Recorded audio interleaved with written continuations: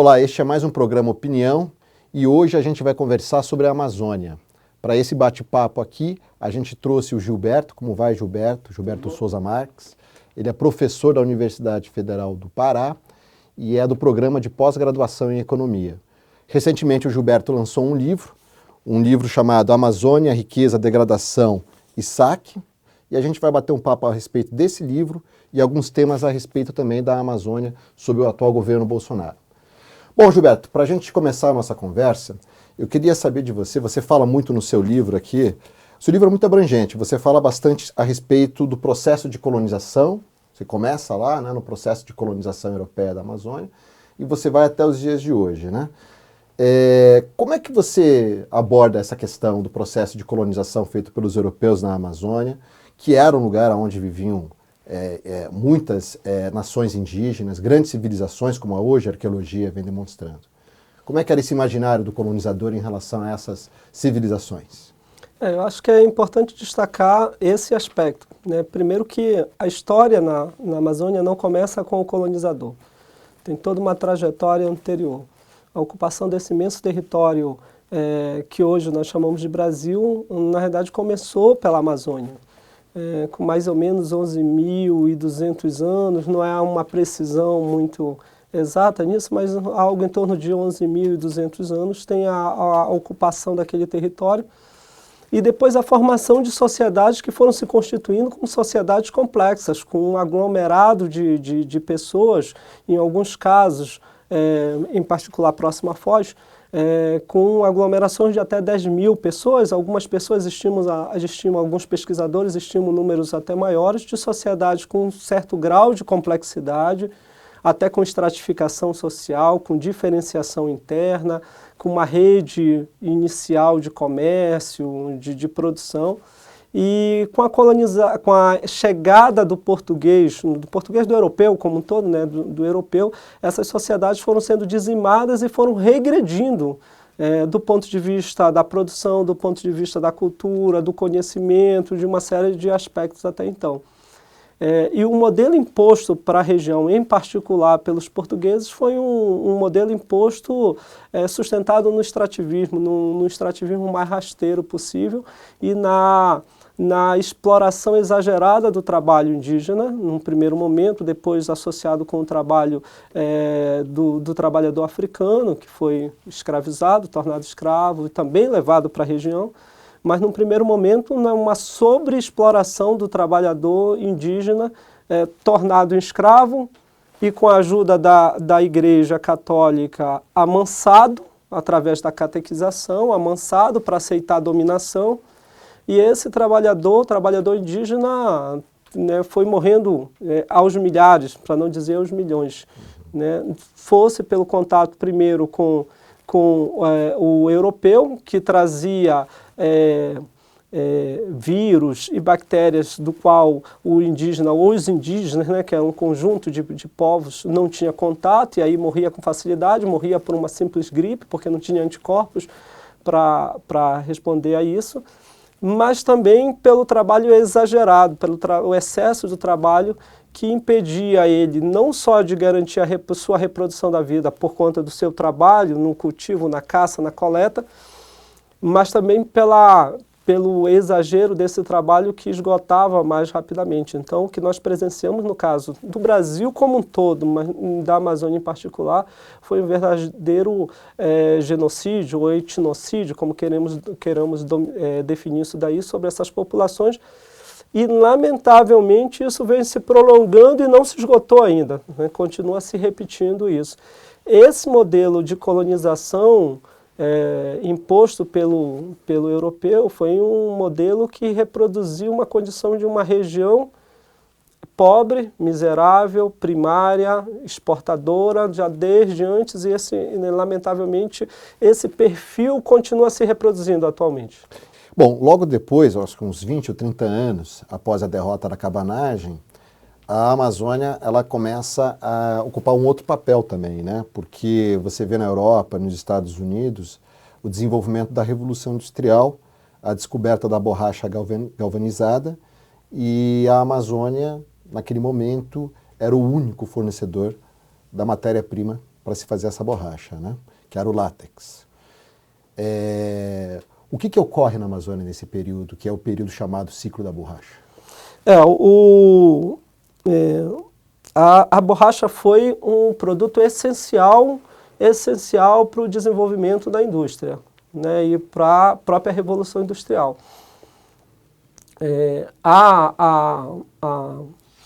A seringueira amazônica, a Hevea brasiliensis, é, entre todas as espécies vegetais, a que produz o látex em melhores condições para aproveitamento industrial. Tem algumas outras espécies que produzem também algum tipo de látex, mas que não tem essa possibilidade de aproveitamento industrial como a borracha. Era uma espécie nativa da região amazônica, então por conta disso se constituía uma espécie de um monopólio natural, né, aí. E o sistema que se organizou para produzir a borracha, dadas as condições da necessidade do próprio capital imperialista e da Revolução Industrial, foi chamado sistema do aviamento. O aviamento era um sistema em que se colocava o trabalhador direto numa condição, muita gente não reconhece isso, mas era uma condição de escravidão. Na prática era isso, o seringueiro se tornava um escravo por dívida, mas era isso. Então o seringueiro era levado para o seringal. Quando ele chegava no seringal, ele descobria que ele já estava endividado, porque ele tinha que pagar o transporte, ele tinha que pagar a hospedaria que ele tinha ficado, ele tinha que pagar a alimentação durante o transporte que ele tinha. E quando ele ia para o seringal, ele tinha que comprar equipamentos, comida, uma série de outros mantimentos, a pólvora, o armamento para se proteger na mata. Então, para entrar no seringal, ele já chegava no seringal endividado. E para extrair o látex, ele ficava mais endividado ainda. Quem controlava esse comércio, o próprio seringal e o comércio no seringal, era o seringalista. Né? O seringalista era aquele que controlava uma área de terra. Não necessariamente era proprietário formal, mas tinha esse controle dessa área de terra.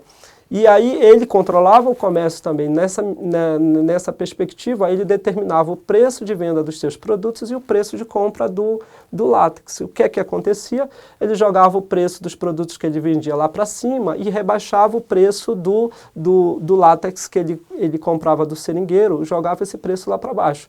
O resultado é que o seringueiro estava o tempo todo endividado. Se ele estava endividado, ele não tinha como sair do seringal, ele era impedido de sair do seringal. E se tentasse fugir, ele seria capturado, ou pelos capangas do seringalista, ou pela própria polícia do estado, e mandado de volta para o seringal, para pagar a sua dívida. Então, assim, esse período foi um período marcado por um grande fluxo de renda, né, de recursos, de dinheiro para a Amazônia, em particular para Belém e Manaus. Né, foi a chamada período da Belle Époque, né, a bela época de Belém e de Manaus.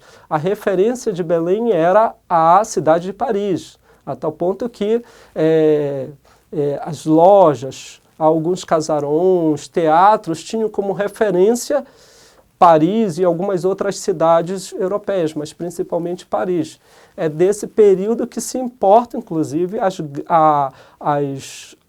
mangueiras para se plantar em Belém, que era para tentar diminuir o clima no centro da cidade, tornar um clima um pouco mais ameno no centro da cidade, que era esse desejo da elite local de se sentir europeu. Esse desejo era tão grande que parte da elite mandava as suas roupas mais finas, para ser lavadas na Europa.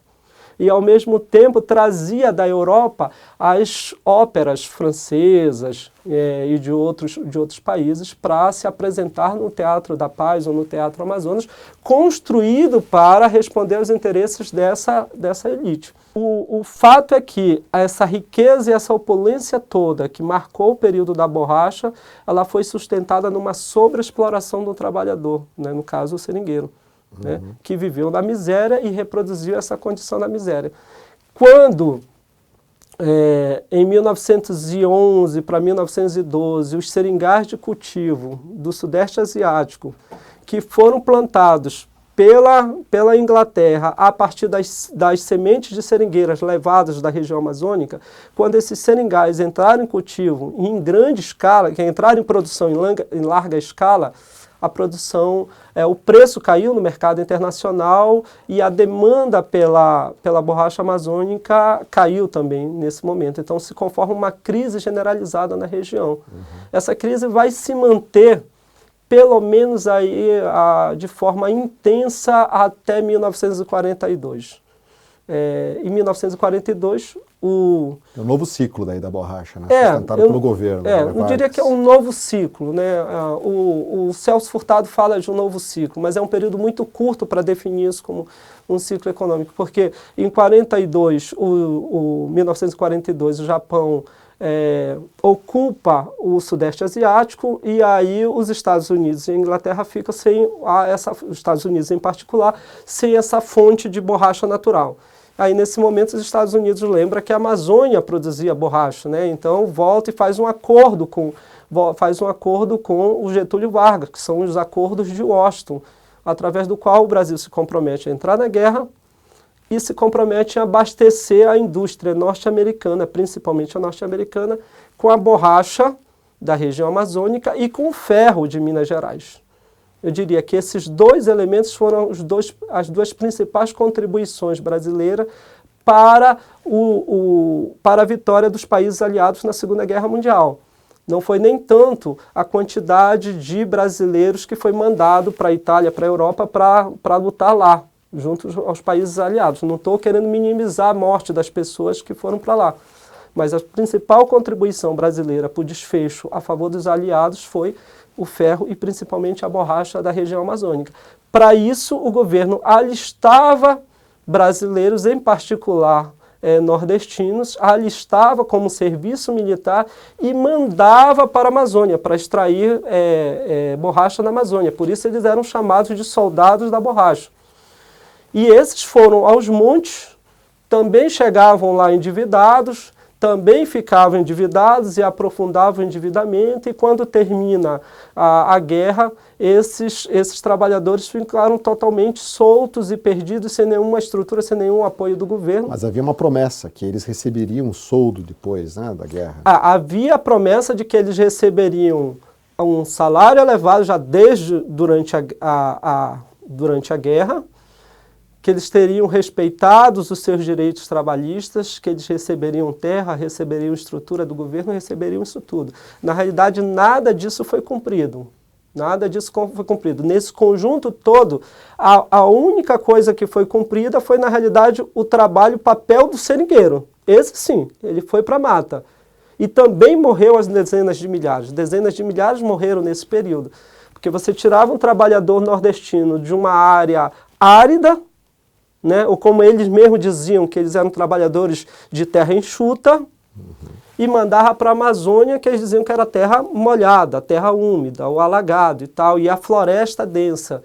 Então eles chegavam na região amazônica, que era uma outra realidade totalmente diferente da realidade da qual ele vivia, e diferente da promessa e da propaganda que o governo fez, o governo brasileiro, através do DIP, o Departamento de Imprensa e Propaganda, fez todo um conjunto de propaganda para mostrar para o nordestino que a Amazônia seria a terra da fartura, que seria a rendição, que seria a redenção, que seria, né, a felicidade dele. E esse seringueiro, quando chega na Amazônia, percebe que a realidade não era bem essa.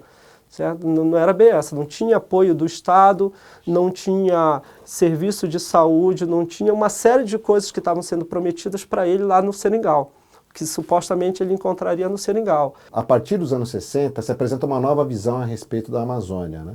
A floresta é vista como um adversário, algo que tem que ser derrubado. E em 1966, a ditadura militar começa a implementar a Operação Amazônia.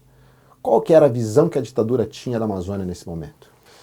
Em 1940, o Getúlio Vargas foi ao Amazonas e lá fez um discurso que ficou conhecido como Discurso do Amazonas. Então, nesse discurso, Getúlio Vargas diz que ele estava indo lá para olhar com os próprios olhos dele a obra que deveria ser feita, que era de inclusão da Amazônia, incorporação da Amazônia à nação brasileira. E ele faz esse discurso dizendo que a floresta deveria ser superada, né? Era um adversário a ser superado. E olha para a floresta como um espaço vazio, né, usando uma mesma noção que foi a noção utilizada para ocupar o oeste norte-americano. Então, que isso é retomado para cá, no caso, para a Amazônia, a tal ponto que, durante o Getúlio Vargas, tem a Marcha para o Oeste, né, que seria essa ocupação do centro-oeste e a Amazônia brasileira. A ditadura militar ela vai resgatar essa noção de espaço vazio e vai desenvolver, vai dar muita ênfase a essa noção de espaço vazio. Em 1966, ela lança a Operação Amazônia, que é um conjunto de normas, instituições e leis que foi sendo implementado no sentido de restabelecer um novo processo de ocupação da Amazônia. O que está por trás desse novo processo de ocupação da Amazônia era, antes de tudo, a atração de capital externo para a região, para ter um controle da região e para a apropriação da região. E aí, nesse espaço, novamente, né, se tem a noção da floresta como adversária, como inimigo, que deveria ser derrubado. O Delfim Neto, um dos principais ministros da ditadura militar, saiu com várias frases nesse momento, né? Uma das frases que ele dizia que, no caso da Amazônia, primeiro ia se transformar aqui no imenso faroeste, depois iria se chamar o xerife para tomar conta. O fato é que essa política da ditadura militar, que foi uma política de distribuir terra para os grandes proprietários, distribuir dinheiro público a fundo perdido, ou seja, que se dá o dinheiro e não precisa devolver, quem recebe não devolve para o governo, essa política foi uma política que concentrou terra na região. Era uma política em que, para receber dinheiro, você tinha que mostrar que a terra era produtiva, e a melhor forma, a forma mais fácil de mostrar isso era derrubando a floresta, porque você derrubava a floresta, vendia madeira e aí, ao derrubar a floresta, fazia o pasto e com isso podia requisitar o dinheiro do governo. Então, o proprietário que vinha, o grande proprietário que vinha de fora, ele recebia a terra do Estado. Quando não recebia a terra, ele grilava diretamente a terra do Estado. Com essa terra, ele requisitava dinheiro do Estado a fundo perdido, né? A fundo perdido, e às vezes esse dinheiro a fundo perdido sequer era para investimento na região. Muitas das vezes era deslocado para outras regiões, para investimentos em outras regiões, como era o caso do Sudeste brasileiro. Essa foi a política da ditadura militar. E muitas multinacionais também, naquele momento, compraram terras na Amazônia, aproveitando essa política. Compraram e receberam terras gratuitas do Estado, né? Multinacionais não só ligadas à produção agrária e agrícola, né? Algumas montaram empreendimentos agrícolas. É desse período que se tem o Projeto Jari. O Projeto Jari começa a ser instalado na região amazônica no final dos anos 60, né, e depois no decorrer dos anos 80, pelo Daniel Kate Ludwig. Esse era um dos principais empresários norte-americanos. Quando ocorre o golpe militar em 64, o primeiro presidente ditador, né, Castelo Branco, através do seu ministro do Planejamento, o Roberto Campos, entra em contato com o Ludwig e diz o seguinte: pode vir que agora o Brasil é um país seguro. E aí o Ludwig vai e adquire uma grande extensão de terra na fronteira entre o Pará e o Amapá, às margens do Rio Jari, no vale do Rio Jari, que separa os dois estados. Ele adquire um conjunto de terras lá, de algo em torno de um pouco mais de 200 mil hectares, e depois expande isso daí através de processos fraudulentos para algo em torno até 3 milhões e 700 mil hectares de terra, de acordo com o que ele reivindicava. E monta um grande empreendimento, do qual o principal foi a substituição da floresta nativa, de floresta alta, com castanheiras e outras espécies de árvores altas, por uma floresta plantada no primeiro momento da melina, depois substituída pelo pinus, e atualmente o que se planta é o eucalipto para a produção de celulose. É isso que se fez, no caso, com o apoio da ditadura militar. É importante até destacar isso porque ainda hoje tem setores na sociedade brasileira que olham para os militares com saudade e reivindicando os militares como nacionalistas. A primeira ação, uma das primeiras ações do governo do governo empresarial militar de 64, logo após a efetivação do golpe, foi chamar um dos maiores empresários dos Estados Unidos para tomar conta de uma área de terra na Amazônia maior do que muitos países europeus. Né? E com dinheiro do Estado, através do BNDES, inclusive com recursos que o BNDES era o avalista dos empréstimos do Projeto Jari. Outras ações importantes também promovidas pela ditadura foi a abertura de novas jazidas, né, como Carajás, novas jazidas minerais, onde o capital nacional se associou ao capital estrangeiro na exploração do ferro, né, e também na construção das famosos eixos rodoviários, né, como a Transamazônica. Né? Qual foi a consequência disso tudo? Também logo após o golpe de 64, o governo contratou as Forças Aéreas dos Estados Unidos para fazer um levantamento aerofotogramétrico do território brasileiro, em particular da região amazônica. Né? O que é isso? É um conjunto de, na época, o que se tinha de mais desenvolvido, um conjunto de fotografias aéreas que mapeava todo o solo e aí, a partir dali, fazia incursões sobre as possibilidades de ocorrências minerais. Né? Então, quem fez isso foram as Forças Armadas dos Estados Unidos, né? Contratados pelo governo brasileiro, salvo engano, sem licitação, por sinal. Eu estou falando isso por quê? Porque um pouco depois, em 1966, foi descoberto o manganês em Marabá, mas em 67, as reservas de ferro de Carajás, a maior província mineral do planeta. E como é que se conta a história da descoberta de Carajás? Havia um grupo de geólogos pesquisando a região, né, contratados pela US Steel, a transnacional norte-americana, mineradora norte-americana, que estavam mapeando a região em busca de manganês, a princípio de manganês ou outro minério. E aí a história contada é que, ao fazer um sobrevoo sobre Carajás, tiveram que pousar o helicóptero para fazer um abastecimento de combustível. E simplesmente pousaram em cima da mina de Carajás. Né? Assim eles contam. Inclusive, de repente. Dizem, inclusive, a afirmação deles é que Carajás foi a última descoberta romântica da mineração mundial. É difícil de acreditar nessa história, ainda mais levando em consideração que as Forças Armadas dos Estados Unidos tinham um mapeamento do território brasileiro. Né? Um mapeamento. E aí a grande mineradora dos Estados Unidos vai fazer um levantamento exatamente em Carajás e pousa, coincidentemente, quase que por acidente, em Carajás. É acreditar demais na coincidência, não dá para acreditar nisso. Pois bem, a partir daí, o governo brasileiro, então, muda, levando em consideração já no decorrer dos anos 70, o choque do petróleo, que elevou o preço do petróleo e, por conta disso, os custos de energia no mundo, né, fazendo com que alguns países, como era o caso do Japão, que tinha uma grande produção de alumínio, tivesse que deslocar para a periferia do sistema mundial as etapas mais custosas da produção do alumínio. Né? O alumínio ele é produzido a partir da bauxita. Na cadeia produtiva do alumínio, naquele momento se estimava que 40% do custo total da cadeia produtiva do alumínio era o consumo de energia elétrica. Né? Além de ser a etapa com mais rejeitos ambientais, né, que se produz aí.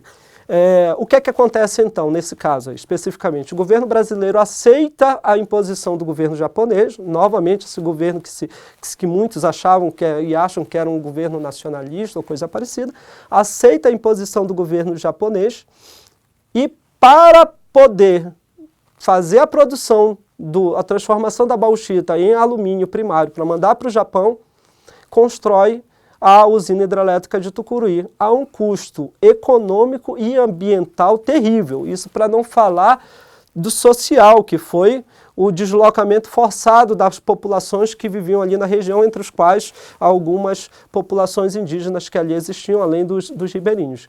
Então isso que acontece aí. E aí se abre um período que é um período no decorrer dos anos 70, que é da implantação dos grandes empreendimentos energéticos e minerais na região amazônica. E isso decorre não só por conta desses elementos internacionais, como é o caso da crise do petróleo, da elevação da taxa de juros, uma série de outras coisas, mas também por conta das implicações que isso tinha na própria economia brasileira, das dificuldades que a economia brasileira tinha de pagar o seu endividamento crescente externo, né? E aí o governo achava que com esses grandes, ou pelo menos formalmente dizia isso, que com a implantação desses grandes empreendimentos ia exportar muito e aí ia pegar esse dinheiro de fora para pagar o seu endividamento, ou o que eles chamavam na época de estrangulamento cambial. Era isso que acontecia. Então o governo resolve bancar um conjunto de grandes empreendimentos na região amazônica, envolvendo o ferro de Carajás. Para isso constrói uma grande ferrovia que sai de Parauapebas, no sudeste do Pará, e vai até São Luís, no Maranhão, para levar o minério e embarcar para os grandes consumidores mundiais. Ao mesmo tempo, constrói Tucuruí, a usina hidrelétrica de Tucuruí, e aí constrói 2 grandes empreendimentos próximos a Belém, Barcarena, que é a Albras e Alo Norte, para fazer a transformação da bauxita em alumínio primário, e vender isso com energia subsidiada, diga-se de passagem, um subsídio que chegava até 50% da energia. Por que precisava ter esse subsídio? Né? Para rebaixar o preço do alumínio vendido para o Japão. Era esse o interesse dos japoneses, e assim cumpriu o governo brasileiro, de acordo com as determinações do governo japonês. No caso do ferro de Carajás, inicialmente ele, como foi uma descoberta, entre aspas, né, descoberta aí da US Steel, a mineradora norte-americana, se conformou uma associação entre a US Steel e a Vale do Rio Doce, que à época era uma empresa estatal, para fazer a exploração do ferro de Carajás. Só que a US Steel já tinha minas em operação em outras áreas do planeta e não queria colocar Carajás em operação já de imediato, né? Entre outras coisas porque isso poderia reduzir o preço do minério, não interessava ela fazer um investimento naquele momento e tal, tudo mais. O governo brasileiro, então, indeniza a US Steel, ou seja, ela não gastou praticamente nada para descobrir Carajás. Aí o governo brasileiro ainda paga ela pela descoberta, entre aspas, pela descoberta, e a Vale do Rio Doce passa então a montar todo o complexo da exploração do ferro de Carajás, para isso recorrendo, né, através do governo brasileiro, a empréstimos externos e a recursos do Tesouro Nacional, do Tesouro Brasileiro. Então isso é o que vai acontecer aí. Né? E a Vale do Rio Doce então começa a extrair, vai extraindo ferro de Carajás, e isso vai ocorrer como empresa estatal até 1997, porque em 1997 a Vale do Rio Doce foi privatizada, já no governo do Fernando Henrique Cardoso, vendida a um preço de banana, naquele momento. Vamos falar um pouco sobre as consequências socioambientais disso aí. Né? Segundo o relatório da Comissão da Verdade, mais de 8 mil indígenas foram assassinados no período da ditadura militar. Dá para deduzir que boa parte foi assassinada nessa região do país, na região amazônica, onde civilizações inteiras foram liquidadas em Rondônia, no estado do Amazonas, outras quase foram exterminadas em sua totalidade, como os Uaimiri e Atroari. O que você pensa disso? Esse é um dos capítulos da nossa história que nós precisamos dar mais visibilidade. A ditadura empresarial militar foi terrível em vários aspectos, inclusive no assassinato de lideranças dos movimentos sociais, dos partidos de esquerda, daqueles que faziam oposição à ditadura. Mas o grande número de mortos pela ditadura militar foram os indígenas. Um número muito superior ao número de militantes que foram mortos no enfrentamento com a ditadura, ou que morreram nos porões, né, da ditadura. No caso, os Cinta-Largas são exemplo disso, né, os índios Cinta-Larga, e especificamente aí os Uaimiri e Atroari. Né? O Uaimiri e Atroari era um povo muito resistente à entrada nos seus territórios e que se localizava no norte, uma área do norte do Amazonas, ali rumo a quem vai para Roraima. E o que é que aconteceu? Nisso daqui, o governo militar resolveu construir uma rodovia, a BR-174, para ligar Manaus a Boa Vista. Na realidade, a extensão é maior da rodovia. Isso porque, entre outras coisas, tinha cassiterita na região, certo? Cassiterita na região, e que era interesse de mineradora, né, do grupo Paranapanema, no caso a mineração Taboca. Um pouco depois, o governo vai resolver construir a hidrelétrica de Balbina, na região. Para viabilizar isso, o governo teve que limpar a área, inclusive no primeiro momento com a ajuda não só do Exército Brasileiro, mas também do Exército privado, de capangas, contratados pela empresa, através de uma outra empresa para fazer a limpeza da área. Como os Aimiri e Atuari se mostraram resistentes a essa entrada no seu território, a ação do governo brasileiro foi uma ação de guerra contra esse povo. Então fez exatamente uma ação de guerra, com a incursão do exército bombardeando, metralhando de helicóptero e por terra também essa população, atacando os Aimiri e Atuari até mesmo nos momentos em que eles estavam reunidos, como foi um dos casos, que eles estavam reunidos para fazer os seus ritos religiosos lá, das suas crenças, da sua religião. O resultado é que essa incursão que vai ali de mais ou menos virada dos anos 70 para os anos 60 para os anos 70, início dos anos 70 e depois no início dos anos 80, representou uma morte de aproximadamente 2.000 índios Aimiri e Atuari, através do fuzilamento e de outras coisas.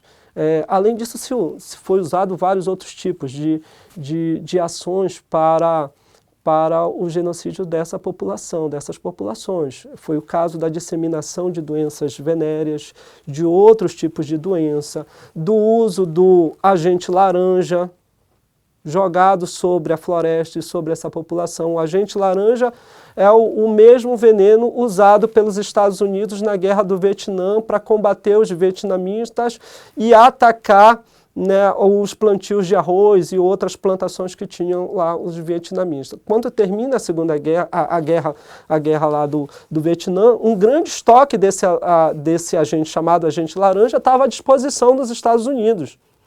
E aí o que é que os caras fazem? Eles trazem para cá, se compra esse agente laranja para jogar sobre a floresta, para fazer o desfolhamento, né, da floresta.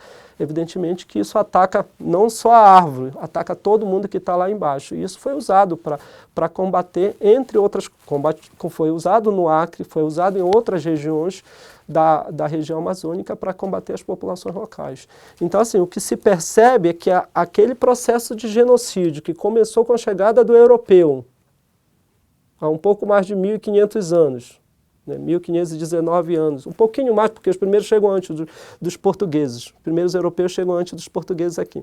Mas esse processo que começa desde então, de genocídio dessa população indígena, não ficou no passado, ela vai se reproduzindo. E vem se reproduzindo, e continua se reproduziu fortemente com esses governos da ditadura empresarial militar e, lamentavelmente, permanece através de diversos outros processos nos governos anteriores. É só a gente ver o caso dos Guarani Kaiowá aqui no Mato Grosso. O mesmo, por exemplo, a construção de Belo Monte, que de certa forma é continuidade desse projeto da ditadura militar, né? Belo Monte é um projeto que começa lá no final dos anos 70, quando a ditadura resolve construir Tucuruí. Ela manda fazer, ela faz um levantamento, né, através da Eletronorte e da Eletrobras, um levantamento sobre o potencial hidrelétrico de alguns rios, em particular do rio Xingu. E aí, naquele momento, ela define a possibilidade de até 5 hidrelétricas, mas depois, no início dos anos 80, encaminha para a Eletronorte elaborar o projeto de 2 hidrelétricas, que seria Babaquara e Cararaú, essas 2 hidrelétricas na região de Altamira, ali naquela região de Altamira. Esse projeto foi, entre idas e vindas, foi em alguns momentos engavetado, retomado, depois com o governo do Fernando Henrique Cardoso foi incluído dentro do que ele chamava de eixos de desenvolvimento, né, os eixos de desenvolvimento e integração. Aí, com o governo Lula, isso ganhou força, né, ele retoma. Antes disso, um pouquinho antes disso, só para lembrar a força também do movimento, em 1989, enquanto o processo ainda andava, Em 1989, os indígenas organizam o primeiro encontro dos povos indígenas do Xingu. Certo? Esse encontro foi muito importante porque representou uma força muito grande desse movimento. E ele ficou marcado pelo fato de que uma índia, a Índia Tuíra, pegou seu facão e esfregou o facão no rosto do então diretor da Eletronorte. Né? Então, isso ficou muito marcado. Então, naquele momento, isso segurou momentaneamente a construção da hidrelétrica. Aí, então, a Eletronorte resolveu, a partir de então, não colocar mais os nomes indígenas nos seus projetos, porque Babaquara e Cararaú eram os nomes indígenas, né, de referência das populações ali da região. Então ela alterou, aí vai mudar para Belo Monte esse processo. E com o governo, depois permanece o governo Fernando Henrique Cardoso, tira o projeto da gaveta, o governo Lula se encarrega de efetivar esse projeto. E é com a Dilma que, de fato, se efetiva ali, também com um impacto ambiental terrível. Mas não só o impacto ambiental terrível, o impacto sobre as populações indígenas. Porque, vejam só, para os povos indígenas, a terra é muito mais do que um simples meio de produção. Né? A terra indígena é a sua própria vida, a sua existência, a sua cultura, a sua ancestralidade. Então não é algo que você faz assim, olha, nós vamos construir um projeto, então nós vamos tirar vocês daqui e vamos colocar no outro espaço ali. Não é isso. Quando você desloca essa população para um outro espaço, essa população perde muito da sua trajetória cultural, do seu reconhecimento enquanto povo, que está presente e amarrado e sedimentado naquele território, naquela terra ali especificamente. O que se fez com Belo Monte foi isso. Né? E não só isso, de forma mais terrível ainda. A Norte Energia, que é o consórcio que construiu Belo Monte, né, que tem por trás de si um conjunto de mega construtoras, a Norte Energia passou a distribuir para várias dessas lideranças, dessas populações, distribuir não só caminhonetes, lanchas voadeiras, chamadas voadeiras, mas também bastante televisão, bastante biscoito, bastante refrigerante.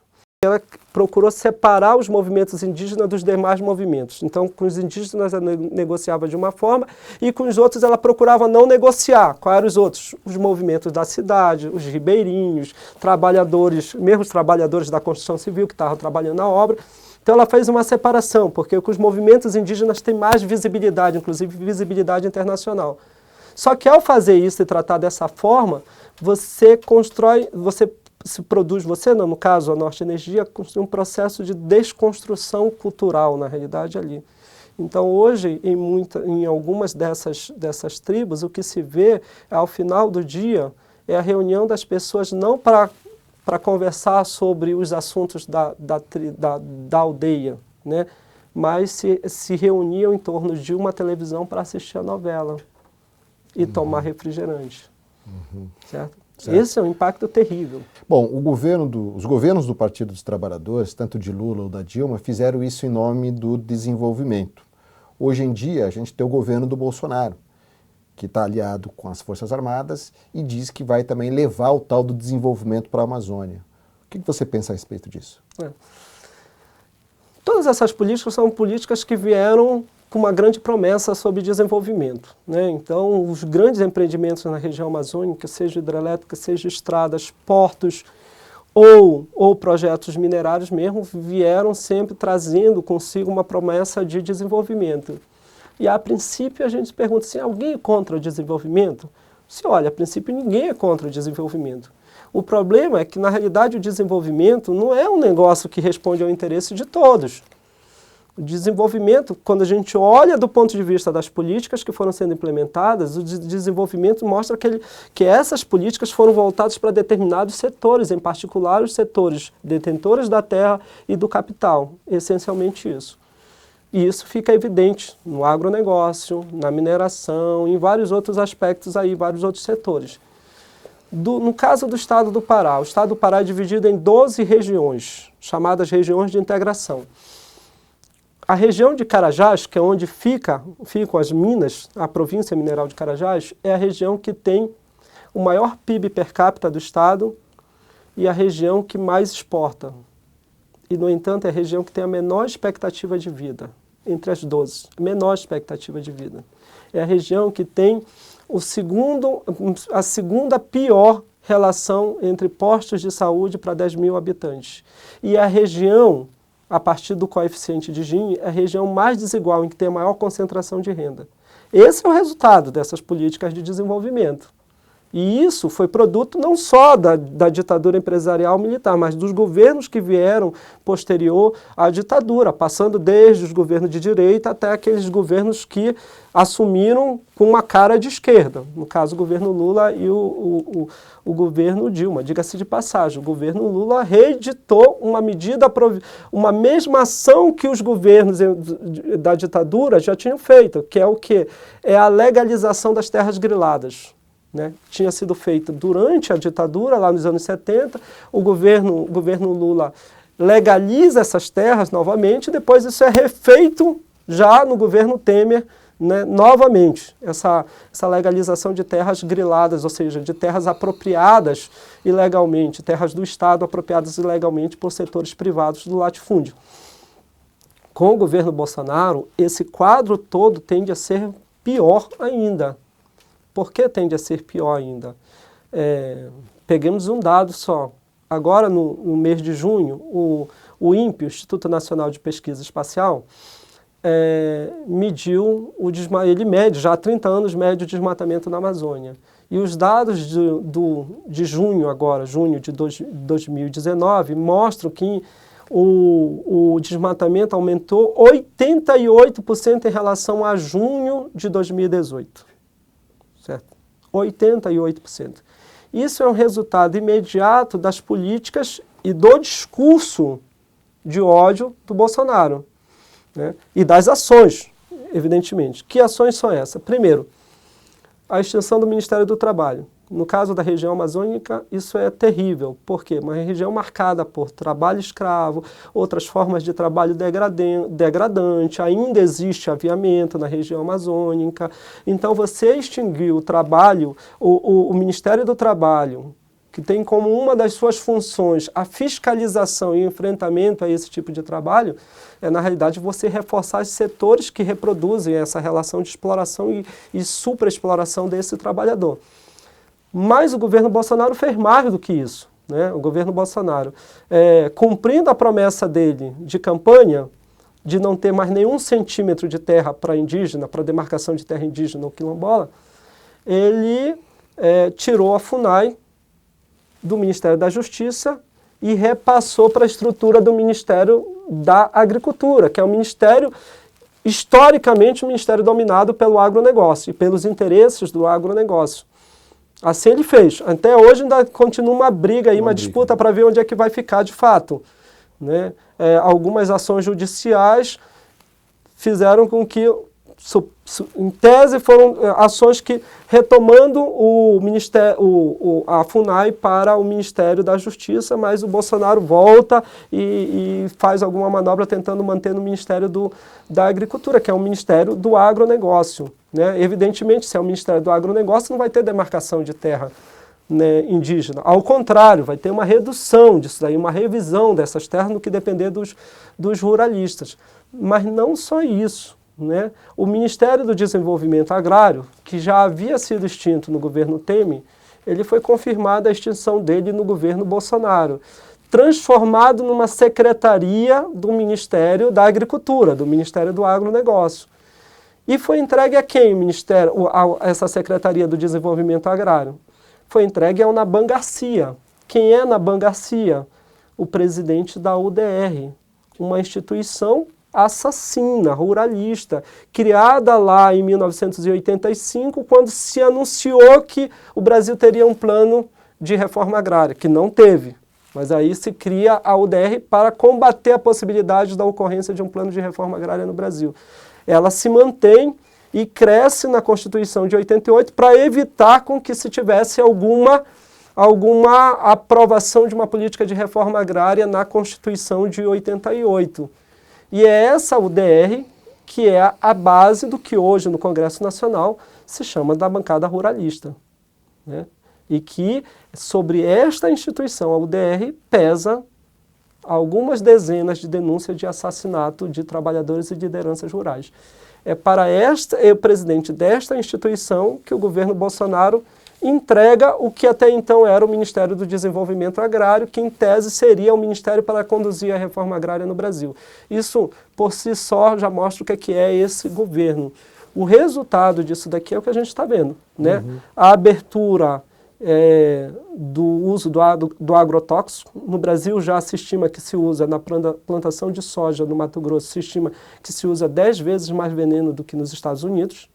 E agora a ministra da Agricultura, Tereza Cristina, liberou geral o uso dos agrotóxicos, inclusive aqueles que são proibidos no resto do planeta e que agora estão liberados para ser usados no Brasil, né? Então, esses fatos que eu estou mostrando são fatos que demonstram o seguinte: há um processo, em função do Bolsonaro, um processo de maior degradação ambiental, enorme, terrível, maior degradação social, né, degradação social e de destruição de alguma institucionalidade que poderia ser tomada de alguma forma para usado em algum momento através da pressão dos movimentos sociais para conter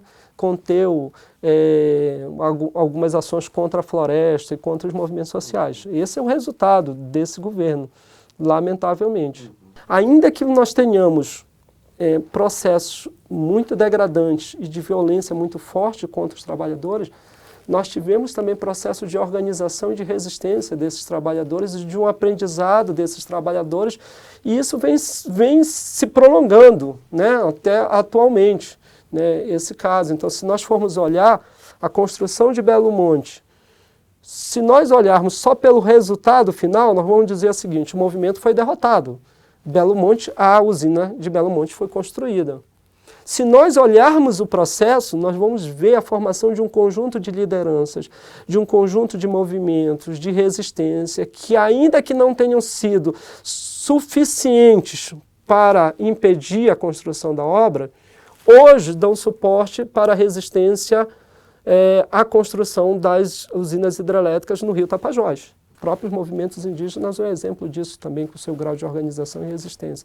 Se nós olharmos hoje na região amazônica, nós temos um processo de, não só na região amazônica, no Brasil como um todo, mas um processo de recuperação da identidade.